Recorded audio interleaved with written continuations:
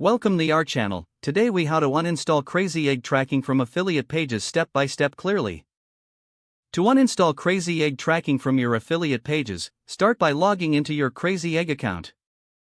Navigate to the dashboard where you can see all your projects. Identify the project associated with the affiliate pages from which you want to remove tracking. Click on the project's name to open its settings. Locate the Settings tab on the project page. Within the settings, find the Installation section. Here, you'll see the tracking code that was previously added to your affiliate pages. Copy this tracking code as you will need to reference its location. Now, open a new tab in your web browser and log into your website's content management system.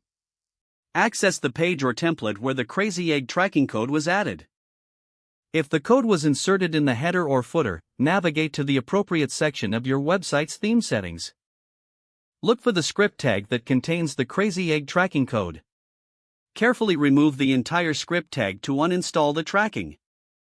Save your changes and exit the editor. To ensure the tracking code has been removed, return to the Crazy Egg account.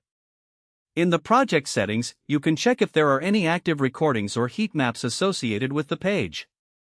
Finally, clear your browser's cache to make sure the changes take effect immediately. Review your affiliate pages to confirm that the Crazy Egg tracking is no longer active.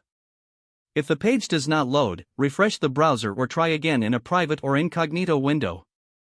Make sure you are using the correct email address, then retype it carefully to avoid small typos. If your password is not accepted, use the reset option and create a new strong password you can remember. Check your spam folder for verification or security emails, then complete any requested confirmation steps. Enable two-factor authentication if available to improve account security and reduce unauthorized access risk. After signing in, review your profile details so your contact information and settings are accurate and current. If you see an error message, note it down and try again after restarting your device and internet connection.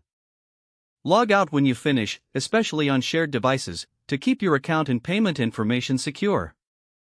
If the page does not load, refresh the browser or try again in a private or incognito window. Make sure you are using the correct email address, then retype it carefully to avoid small typos.